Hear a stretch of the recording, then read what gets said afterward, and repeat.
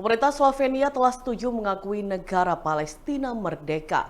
Keputusan ini menyusul langkah Spanyol, Norwegia, dan Republik Irlandia yang terlebih dahulu mengakui kemerdekaan Palestina. Keputusan Slovenia disampaikan Perdana Menteri Robert Golob pada Kamis 30 Mei 2024. Namun keputusan ini masih membutuhkan persetujuan parlemen negara anggota Uni Eropa yang akan melakukan pemungutan suara pada pekan depan. Ini bentuk upaya dari beberapa negara Eropa untuk mengkoordinasikan tekanan terhadap Israel untuk mengakhiri konflik di Gaza. Golob juga menyerukan penghentian segera permusuhan antara Israel dan Hamas di Gaza dan pembebasan semua sandera.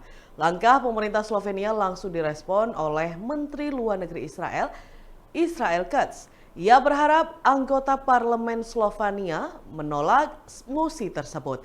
Diketahui Spanyol, Irlandia, dan Norwegia secara resmi mengakui negara Palestina pada 28 Mei lalu. Keputusan itu pun membuat Israel marah. Sementara Inggris dan Australia mempertimbangkan untuk mengakui negara Palestina.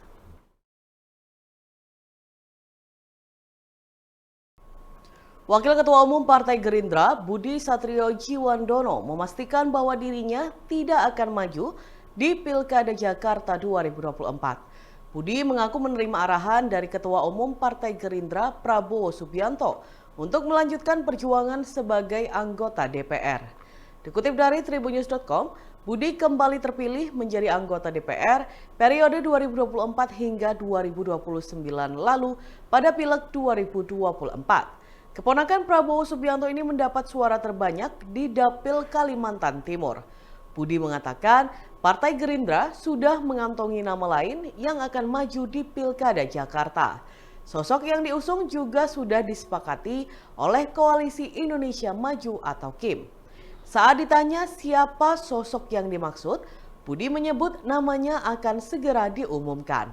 Sebelumnya, Ketua Harian DPP Gerindra, Sufmi Dasko Ahmad, mendorong Budi maju di Pilkada Jakarta. Menurutnya, Budi cocok dipasangkan dengan Ketua Umum PSI sekaligus putra Presiden Jokowi, Kaesang Pangarep. Diketahui baru-baru ini media sosial dikejutkan oleh unggahan foto baliho Budi Satriojiwandono dan Kaesang Pangarep untuk Jakarta 2024. Salah satu pengunggah postingan itu adalah artis tersohor Raffi Ahmad melalui akun Instagramnya pada Kamis 30 Mei 2024. Dalam unggahan tersebut, Budi Satriojiwandono yang saat ini merupakan Wakil Ketua Umum DPP Partai Gerindra didapuk sebagai calon Gubernur Jakarta. Sedangkan Kaesang menjadi calon Wakil Gubernur Jakarta. Wakil Ketua Umum Partai Gerindra, Habibur Rahman pun buka suara terkait munculnya baliho tersebut. Ia menerangkan baliho itu adalah bentuk aspirasi rakyat. Menurutnya, sangat wajar jika rakyat mendorong keponakan Prabowo itu untuk maju dalam Pilkada Jakarta 2024. Meski begitu, hingga saat ini Gerindra belum memutuskan sosok yang bakal diusung di Pilkada Jakarta sebagai calon Gubernur Jakarta. Habibur Rahman mengatakan, pihaknya masih menunggu keputusan resmi dari Prabowo sebagai Ketua Umum Gerindra.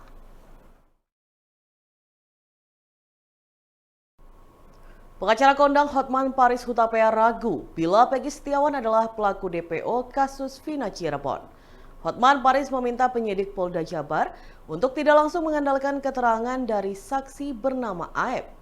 Pasalnya, belakangan ini Aep muncul mengungkapkan bahwa dirinya menjadi saksi mata saat Peggy Setiawan berada di TKP pada 2016 lalu. Dikutip dari tribunnews.com, dari kesaksian Aep, polisi kemudian mengungkap dan menangkap Peggy alias Peron sebagai tersangka kasus pembunuhan Vina.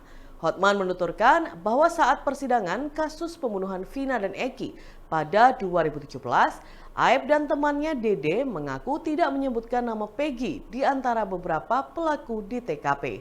Namun sejak kasus viral pada 2024, Aep dan Dede justru membuat kesaksian menyebut melihat Peggy di TKP. Hal inilah yang menjadi perhatian khusus Hotman Paris, menduga Peggy bukan pelaku pembunuhan Vina. Kuasa hukum keluarga Vina ingin LPSK hingga kuasa hukum Peggy untuk segera buka suara dan kembali menyelidiki terkait kesaksian Aep dan Dede. Di sisi lain, keterangan Aep yang mengaku sebagai saksi kunci dalam kasus pembunuhan Vina Cirebon mulai diragukan. Salah satunya terkait warung di depan tempat kerja Aep yang disebut menjadi lokasi pertemuan para pelaku. Ferry Irianto, warga yang tinggal di belakang SMPN 11 Cirebon, meragukan kesaksian Aep. Ia mengatakan bahwa di tempat kerja Aep tidak ada warung saat itu. Hal ini bertolak belakang dengan kesaksian Aep yang menyebut warung di depan tempat cuci mobilnya digunakan untuk nongkrong para pelaku. Ferry menyebut ada warung di depan MAN 2 Cirebon, namun lokasinya cukup jauh dari tempat cuci mobil. Ia pun meragukan klaim Aep yang mengaku bisa melihat para pelaku termasuk Peggy di lokasi kejadian. Ferry juga menyoroti gerak-gerik Aep saat menjelaskan kesaksiannya kepada media.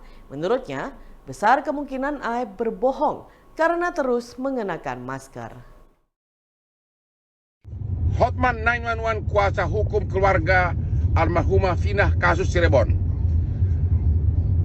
Peggy yang disebut sebagai DPO yang tertangkap dijadikan tersangka dengan didukung oleh kesaksian dari Aep dan Dede yang katanya tadi malam dilakukan prarekonstruksi.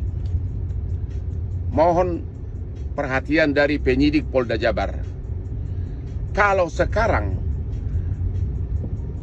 Peggy ditetapkan tersangka atas kesaksian dari Aep dan Dede, tapi ingat, di putusan 8 tahun lalu, putusan pengadilan, Aep dan Dede ini di dalam putusan pengadilan menyebutkan nama-nama yang dia lihat di TKP, tapi tidak termasuk Peggy.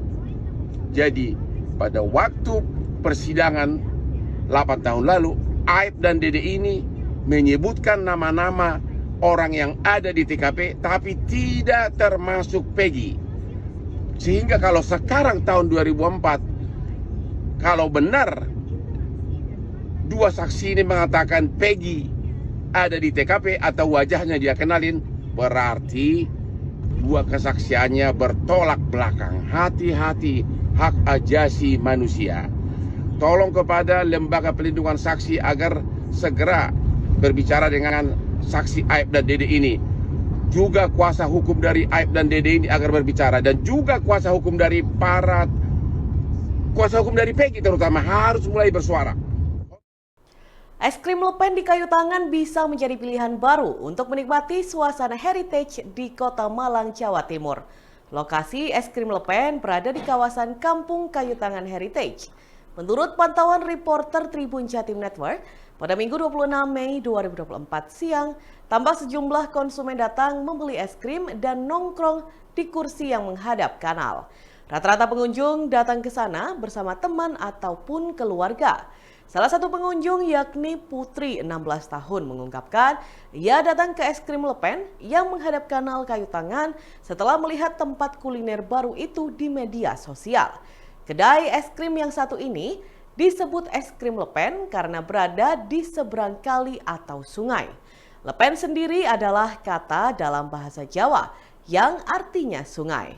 Dari pantauan di sekitar kanal kayu tangan, tampak banyak warga yang berjualan di area rumahnya.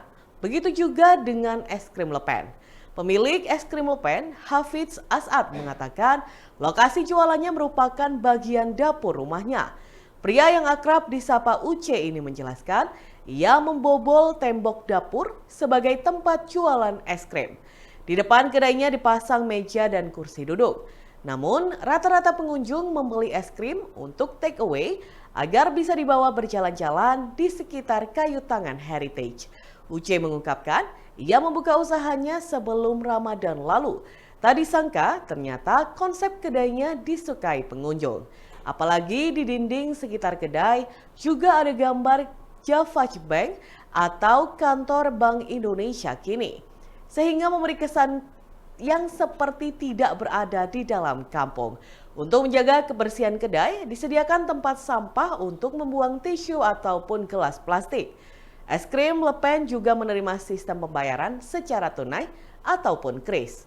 Harga yang paling murah es krimnya yakni Rp8.000, yaitu es cone satu rasa.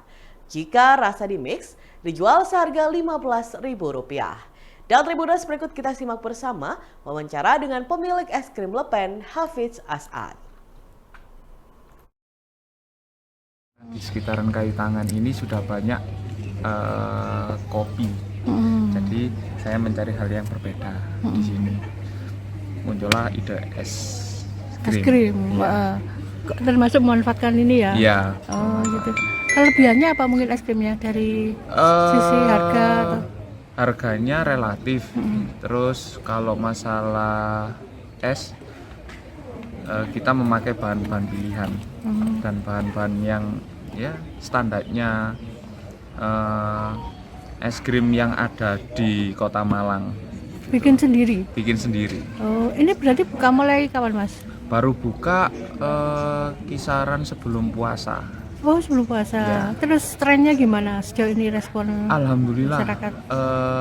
Banyak pengunjung dan masyarakat yang datang ke sini ya, nongkrong atau menikmati kafe ini.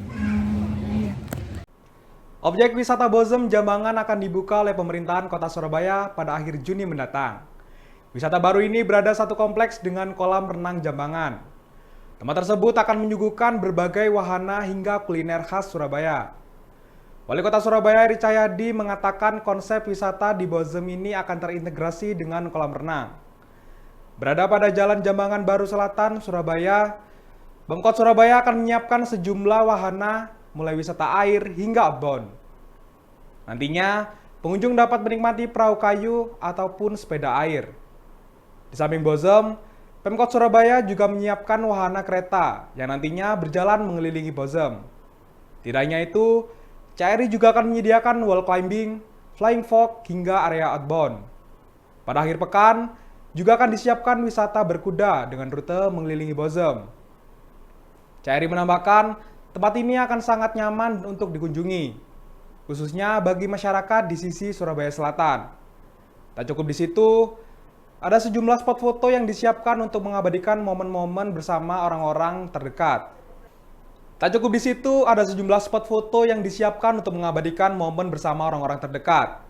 Hiasan cat mural juga akan mengelilingi pagar dinding di sekitar Bozem.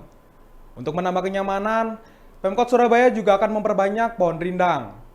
CRI menjelaskan, tempat tersebut juga bisa untuk berolahraga, seperti jogging, dan rencananya akan dibuka dari pagi hingga malam hari. Ia melanjutkan, jika di sini tak hanya wisata wahana, pihaknya juga akan menyiapkan sentra UMKM yang dapat dinikmati masyarakat dengan beragam kuliner yang dijajakan. Dan Tribuners, mari kita simak bersama wawancara dengan Wali Kota Surabaya Eri Cahyadi. Di posisi ini nanti ada juga busem yang kita buat untuk sepeda air. Nanti sekitar busem itu juga ada kereta api yang memutari busem. Jadi anak-anak kalau ingin wisata naik kereta bisa diputar busem. Nanti kita juga kerjasama dengan yang berkuda, mungkin Sabtu Minggunya dia bisa berkuda memutari busem. Juga ada wall climbing yang kita letakkan di sana, juga ada outbound-nya untuk anak-anak yang kita siapkan di ujung.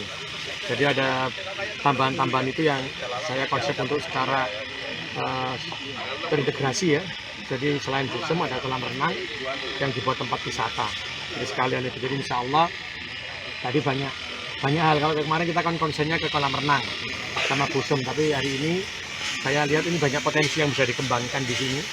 Sehingga wisata yang untuk tempat berenang dan wisata yang untuk di Surabaya Selatan bisa terfokus di sini.